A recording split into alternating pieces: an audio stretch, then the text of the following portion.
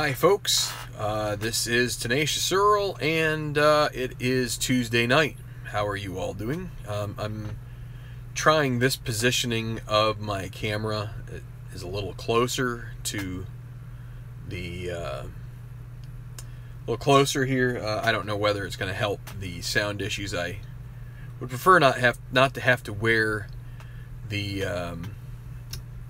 earbuds if I don't have to, so let me know if you're having trouble, if it's cutting in and out, if whatever. I can toss some earbuds in if I can, which have a a microphone embedded. How about that? They also have a Microsoft embedded. No, it's an Apple.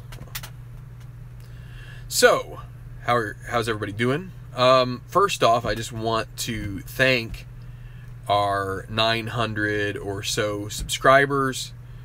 Don't want to make too big of a deal out of it, because there are lots of channels out there that have lots of guys, lots of gals subscribed, but we really do appreciate everybody who has subscribed to the channel. We hope you get something useful out of this, hoping that means that there's roughly 900. I'm sure that there are more, but 900 tabletop sports enthusiasts that are out there, and that we'd like to keep, continue to see the community grow. Whether it's, having our own channel here grow is helpful in certain ways, but it also hopefully it marks a gain in people to the hobby, or pastime, or passion, or whatever you want to call it. So thank you to everybody who has joined us, and again, feel free to leave comments if you have any thoughts, questions, any content that you would like to see. We'll do our best to provide it within reason. We're both 9 to 5ers, but not really 9 to 5, but you know what I mean. We both put in our 40 hours, and but it's, I don't think everybody's here just to watch us play games here on the channel either.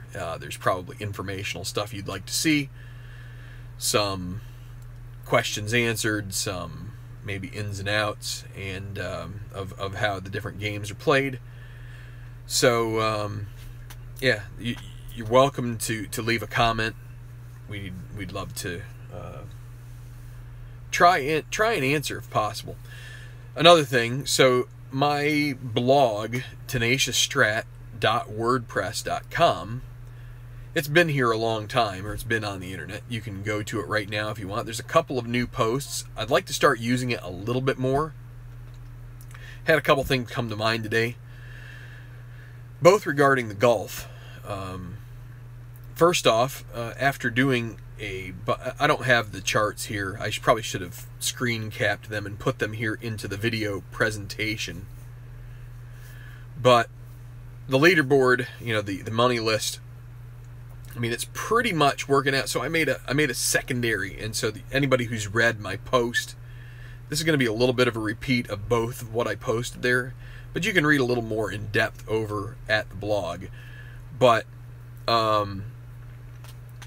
I made a copy of my money list and had it insert the tournament rating for each player. And by tournament rating, I will do a little bit of about face here. This guy here, Todd Ahrens, is a 3B. Dustin Emmerich, the winner of the championship of the UK, he is a 1A. Okay, so 1A is much better than 3B. And what it is turning out is that the 1s are pretty much gravitating to the top, and the 2s are gravitating right below them. There's a 3 scattered in there. There's one of the 1s that's not quite in that upper echelon, but pretty close. There might be a 4 snuck into the top 20, but and it's pretty much stratified the way that you might expect. And honestly, I think that's probably the way that Keith and anybody else, I don't know who all was involved in the design of tournament mode from History Maker Golf. It's probably very much like it would be expected to be, which is that your ones, I mean, it even says it in the golfer creation document. It probably even says it in the rules itself that tournament rating is indicative of where the golfer should finish in a season-long money list, points list, whatever you want to call it. And so I pretty much expected that. And one thing to mention about Emmerich, and I think this may have been the reason I got to thinking about it, is Emmerich hadn't won a tournament. Now he's won 2 in a row, and it just made me start thinking to myself, well, that was what I really expected. I actually expected him to win maybe 3 or 4 by now, but you know, and I took a look, and like I said, the money list is pretty much the grouping is pretty tight, you know, and the 2s, obviously the 1s are going to be, now I did not get the opportunity to write in the A's, B's, and C's. It would be interesting to see how the 1A, 1B, 1C, all I have is the tournament ratings, and part of the reason I have that is when you do your end of round calculation, which that is not on this chart, it's in the rule book. Actually, it's on a separate sheet too, but anyway, I think it's on a separate sheet, but the tournament rating, just the number gets incorporated into that calculation. So I think for me, that at least for this season, it's perfectly fine. I don't have a huge qualm with it that would, you know, preclude me from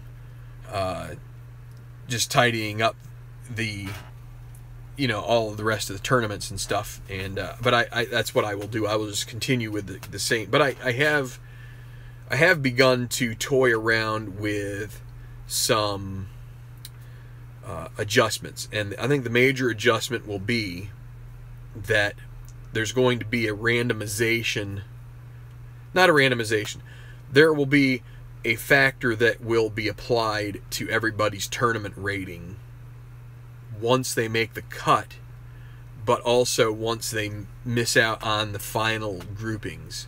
So what I mean is, if you're familiar with the cut rounds and then the third round, the cut rounds, I think that those annotations work pretty well. You know, the 1A, 1B, 1C. You know, you have to figure out top from there.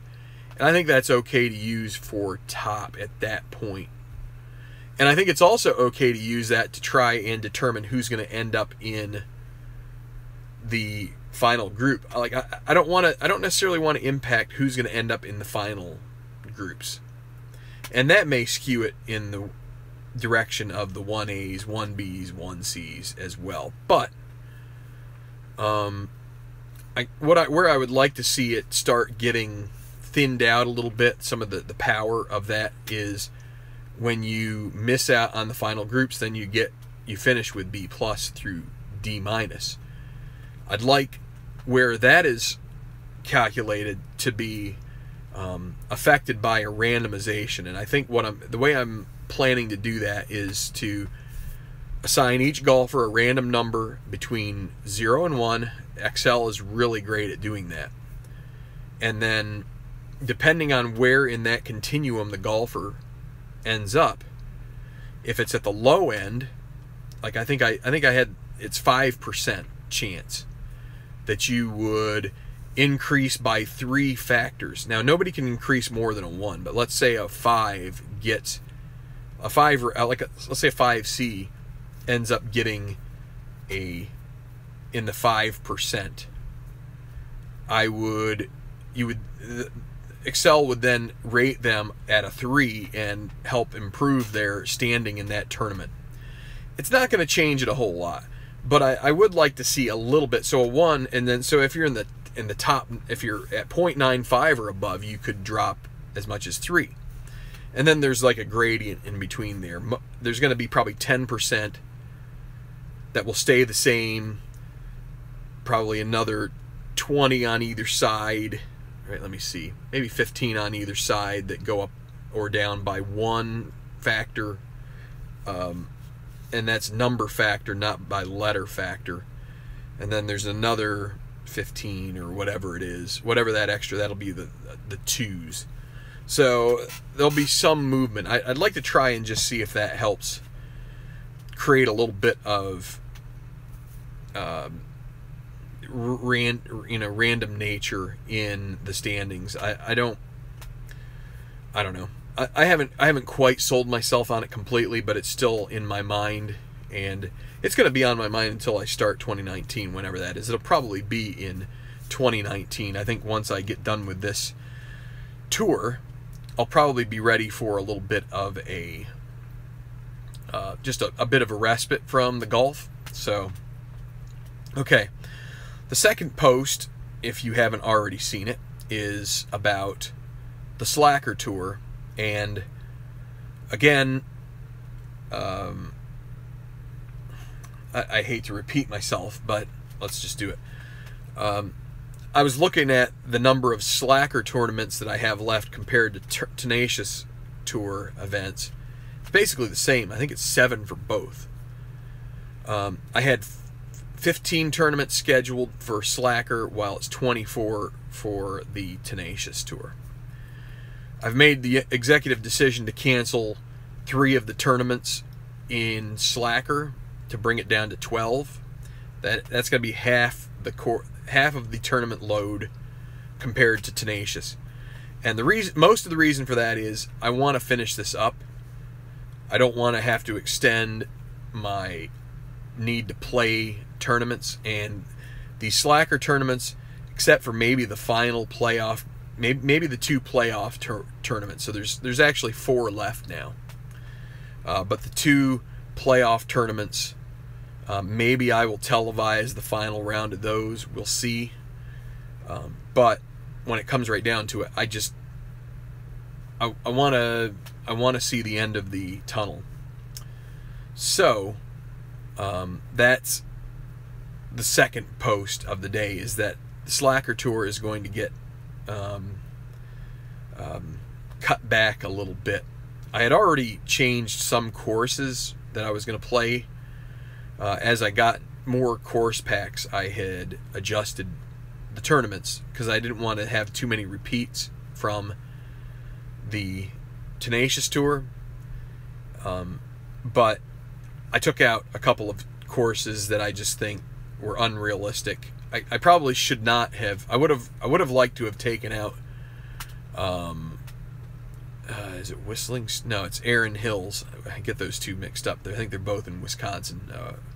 But Erin Hills, or whatever it's called, I don't know. It's called something in the play world. But I'm taking out Bethpage Black. It's a U.S. Open course. It's not probably meant for prime time when it comes to. And I did Erin Hills with, I took some of the difficulty out of it, and I could do that with Bethpage Black. But I also took out Ridgewood and Quail Hollow is the name of the real course. Avian Woods, I think, is what Keith has named it in the play universe, but I've taken those out. So if you give me a second here, I will just tell you the updated schedule. So for that tour, nothing is going to change in Tenacious Tour. I think it's good to have another 7 tournaments in that and have it basically close out in the September date range. Let's see, Slacker Tour. Yeah, and so from there will be a break. And now you're going to see another document come out tomorrow, another blog post, which I have decided that I'm going to try, if I can remember, I'd like to put out a monthly recap or report of where things stand as far as the Tenacious sports world goes.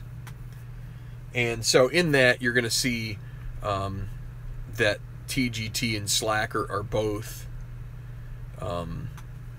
you know, they're both active, but I am going to try and set a target completion date for whatever project that I have going on, especially if it's within sight, if you know what I mean, like foresight. If I feel like I'm within the range where I can really accomplish it, then so I'm targeting the end of October to have this closed out. That is 2 months. Wait, August, September. No, it's 3 months. So I think that's fair for what amounts to 12 tournaments. It's going to be basically a tournament a week, and I'll probably squeeze 2 tournaments in a couple weeks. And I do want to learn ATBA soccer as well. So that's where I'm just, and I don't want to end up overcommitting myself, and I don't think I am with that. If it looks like we're getting to the end of August, so then we would have a September 1 update, then I might revise that to November, end of November if necessary. Because I may end up deciding at some point there that I just want to take a little more time off from the golf so I can put more emphasis on learning soccer and seeing what I want to do with that, because that is something I want to develop down the road, is some kind of a project, even if it's just a cup tournament. But we'll see. We'll see. Yeah, so the Slacker Tour, it is now the one tournament that's left before the playoffs is at Muirfield Village, or what's called Spirit of Scotland Club. That's the Clipper Chase. That's what I call it, the Clipper Chase. I got to try and come up with interesting names for these tournaments. So this is a Columbus area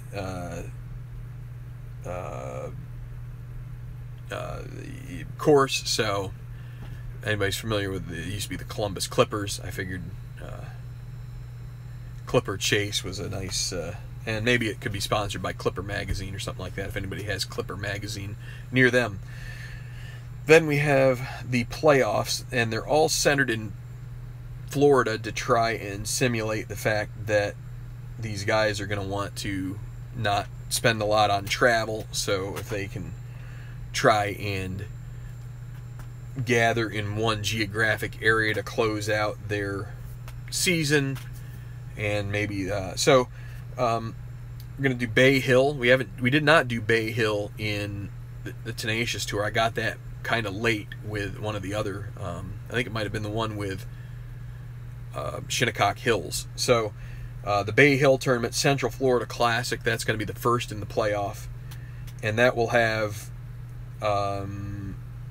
I have to change the field. I think we'll have the top 125 in that first one. Then the second one, which is the Plan Your Retirement Open, that's at PGA National. So I think we will cut that down to 75 probably. And then the final one, which is I'm just going to call it the Slacker Final, and that's going to be at Trump Doral, and that will be, I think I'll do top 50 there, and the top 25. Yeah, I have to see. Might do. Yeah, I think what we'll do is I'll do a top 25 after that. They will make the Tenacious Golf Tour for 2019. The top 100. I don't know. I have to see. Maybe the top I think the top 125 from Tenacious will make it. The top 25 from Slacker will make it. And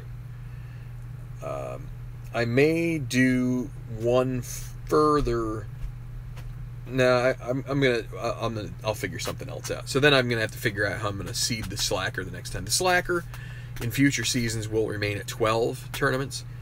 I think I am upping the Tenacious Tour to 28, so it's going to be more. But I'm hoping by the time I'm ready to start that, I'll be refreshed and ready to rock and roll. Maybe we'll have some new courses to kick in there too, so that should be fun. And I think maybe Pebble is the U.S. Open next year, so I'm not 100% sure about that, but So I'm gonna have to I have to break down my stuff here. I still have my little paper clips here on my cards. Haven't really done anything. I played some golf yesterday, some actual club to golf ball golf. Shot an 88, which pleased me pretty much. That's about my average at the moment, I would say, for how little I play. If I can shoot just under 90, I am relatively pleased. Hey, Al. I do have my summer cut here. Yeah, it's... I wanted a 3. I got like 2 swipes in, and I'm like, man, that's short. That's really short for a 3. And then I look and it's a 1. I'm like, oh, I better get my eyes checked. So yeah, 48 on the front. I was chunking everything. So I was telling RNGIDP, I was messaging him about it. I said that I was, I would have rated myself for that round semi-chunky, because I was just all of my irons, not just the recovery, just all of them were a little bit. So I had to choke up on the club a little bit to make the adjustment. I don't know if it's just because it was wet, so the club wasn't. It was sinking into the ground a little bit more than normal, maybe. I'm a pretty faithful. I like to rely on pinching the ball. I like to put a lot of spin on it if I can, if I make good contact. So, any change and stuff can just, it may, the other thing is, I never even thought about this, but the last time I played it was pretty dry. Could have been that, with it being wetter, maybe my shoes sink in a little bit more, and it doesn't take much. So, yeah, I think it seems to look better on the. So I play guitar at church, and there's they live stream the services, and I was watching a little bit of that, and with the bright lights, it's like, I look like I look like a light bulb. But that's okay. It's starting to emerge again. So, yeah. So then in the back nine, I kind of got that sorted out. I didn't get any birds. But I was hitting. So I hit my memorable shot. I try to make note of my best shot of the day, and so on the 16th hole, which is I'd say a 420 yard par 4. I yanked my drive over into the adjacent fairway on the left. So, it's tough to really gauge the distance. I don't use GPS, and you just have to sort of triangulate, or use. I always think of an arc in terms of like trying to envision an arc to where I'm at, because I am sort of a scatter driver of the ball. But anyway, so I had about 180. I was in the other fairway, so it was a nice lie, but there were a number of trees that were separating me. But there was sort of this gap, maybe 100 yards, between 100 and 50 yards to the green, so 100 out and 50 out, or maybe even 25 out.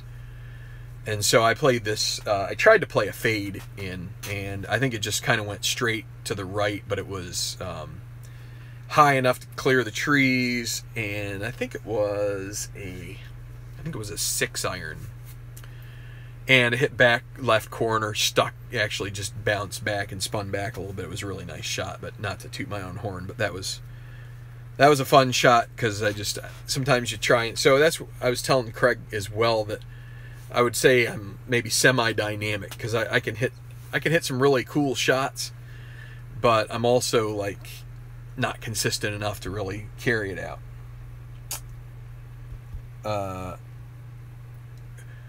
I did this myself, so I did not make the trip to Massachusetts for Steve Towers. He's got a real class act of a haircut. Mine's sort of, it's about it's the clipper it yourself. I would have I would have liked to have, if I would have used the 3, I would have liked to try to hit it with a 2 down here to try and sort of slim it up a little bit, but yeah. Hey there, baseball demos. Good to hear from you. Good to hear from you, Scott. And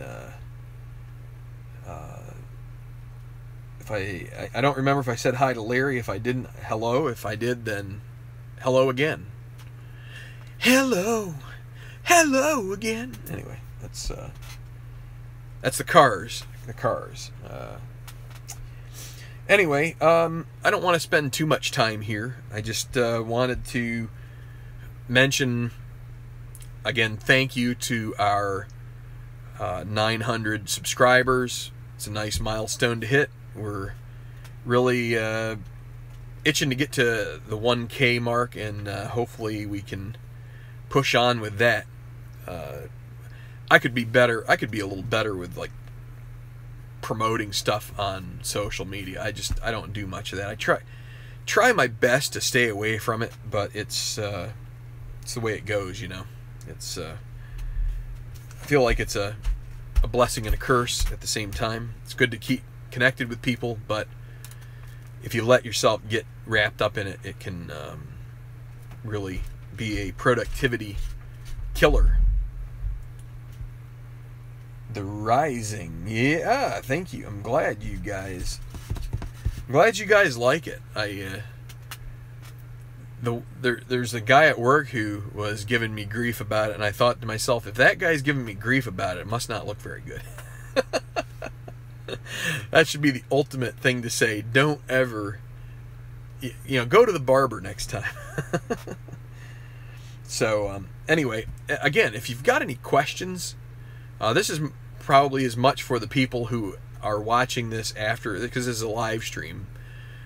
I think if anybody here really wanted a question answered, would have already put it up there. Plus, a lot of these guys have been in my live streams before, and I really appreciate everybody who comes live to watch and who watch after the fact, because it's it's neat to be able to interact with people that are like-minded individuals. Not that we have exactly the same views on everything, but that we enjoy the same kind of thing, and I think that's a good common ground. So I hope the sound issues are okay for this. Just a little different positioning of the phone. Please let it saves on combs, it saves on gels, it saves on hairspray if you wanted to go that route. It's been a long time since I had a mullet, but you could really party it in the back if you really wanted to. And time, that's probably the most valuable thing that it saves. Hop out of the tub, and you're basically dried off and done in, what do they say, 2 shakes of a lamb's tail or something like that.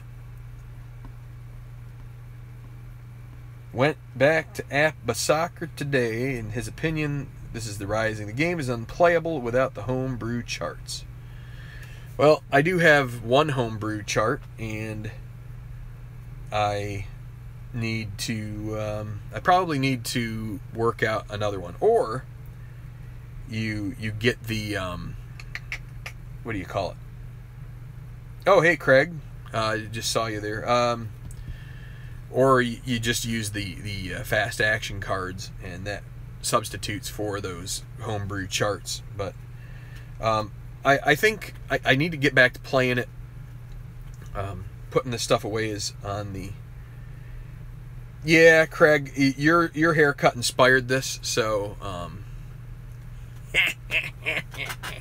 no. But again, there's a couple of takeaways that from just chatting here, and not in this live stream, but in another one, reading some comments, just maybe not noting every passing play would save me some time. So I just have to play through it, get familiar with the rules, the game flow.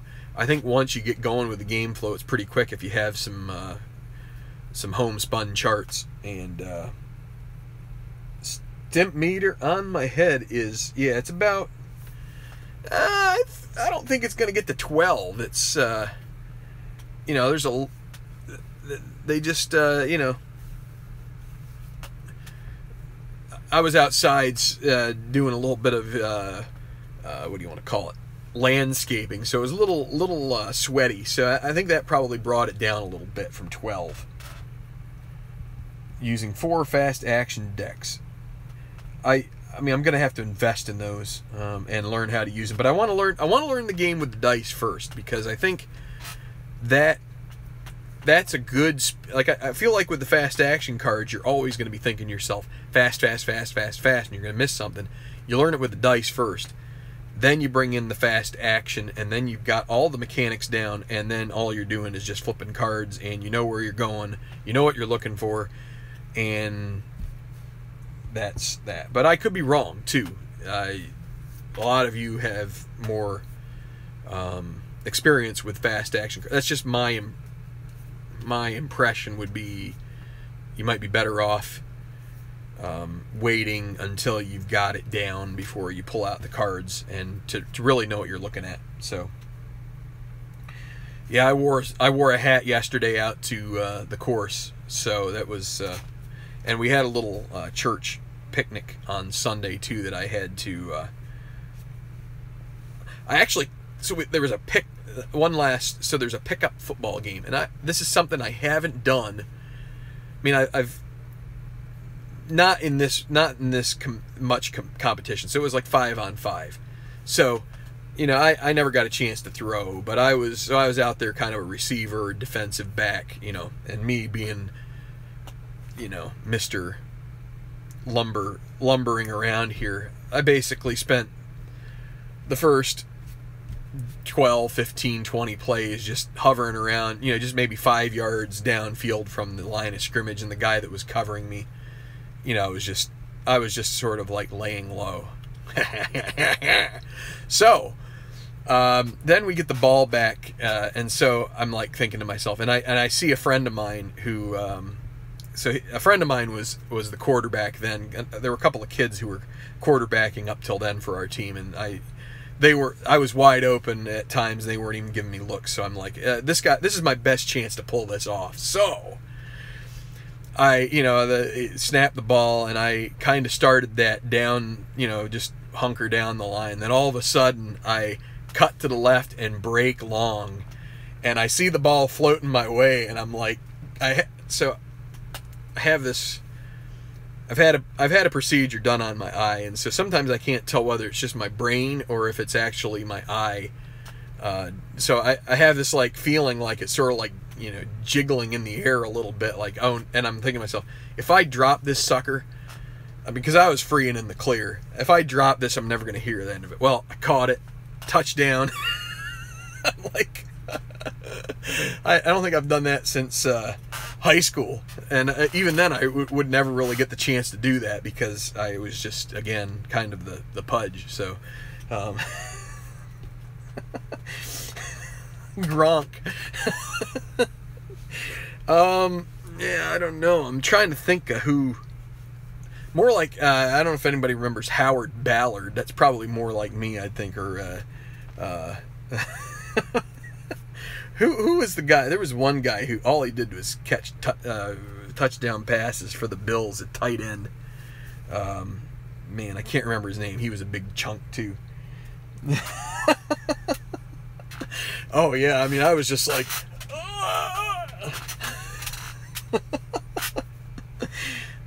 so yeah, so there's my war story. You know, I didn't see a ball since after that. Mostly just blocking on kick returns or throw returns. You know, it's one of those where you just throw it down the field, give it the big heave ho. But okay, so yeah, I was hoping there was a scout there, but I really think they were off looking at people that are not in their 40s. So, of course, there are probably plenty of scouts looking at Brady, and he's well into his 40s now. So, but all right, thanks a lot, guys. Good night. enjoy some tabletop stuff, or like Al Red Sox fan, some computerized stuff, gaming, sports, all that good stuff. Have fun with whatever you like to do. And again, thank you to our subscribers, 900 strong right now. We want to definitely live up to expectations. So again, comment if you've got any suggestions or questions, comments. If you don't like the haircut, you can hold on to that one if you want. Might even look a little better without the scruff, but anyway. All right, good night, guys. Thanks a lot. See you soon.